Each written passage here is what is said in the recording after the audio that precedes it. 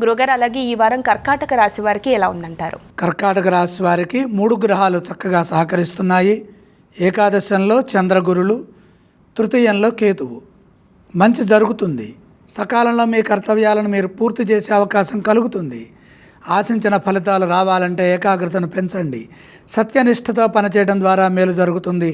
దేనికి వెనకడుగు వేయొద్దు. నిర్ణయం తీసుకున్న తర్వాత పనుల్లో మార్పులు చేయకుండా ధర్మబద్ధంగా ఓర్పుతో పనిచేయండి.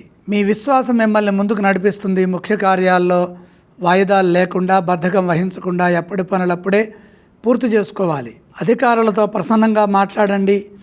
ఇతరులపై ఆధారపడకుండా సరైన సమయంలో నిర్ణయాలు తీసుకొని వాటిని అమలు చేస్తే మేలు చేకూరుతుంది. వ్యాపారంలో కొత్త నిర్ణయాలు ఏవి తీసుకోవద్దు. లోతుగా ఆలోచించిన తర్వాతే వ్యవహరించండి. పొరపాట్లు జరగకుండా చూసుకోండి. తెలియని విఘ్నాలు ఎదురవుతాయి. బుద్ధి బలాన్ని ఉపయోగిస్తే మేలు జరుగుతుంది. అలాగే వారం మధ్యలో ఒక విషయంలో శుభం జరుగుతుంది. ఊహించని ఖర్చులు పెరుగుతాయి. రుణ సమస్యలు ఎదురుకాకుండా ఆర్థికంగా జాగ్రత్త వహించండి. సంకల్ప సిద్ధికై పనిచేయండి. విజయం దానంతటదే వరిస్తుంది. వ్యాపారంలో కూడా జాగ్రత్తలు తీసుకోవడం చాలా ఉత్తమం. అలాగే కర్కాటక రాశి వారు ఈ వారం ఏ స్తోత్రం పఠిస్తే బాగుంటుంది? కర్కాటక రాశి వారు శ్రీ సుబ్రహ్మణ్యేశ్వర స్వామి వారిని స్మరించడం చాలా మంచిది. మరి ఈ రాశి వారు ఏ ఆలయాన్ని సందర్శిస్తే బాగుంటుందంటారు? సుబ్రహ్మణ్యేశ్వర స్వామి వారిని దర్శించండి.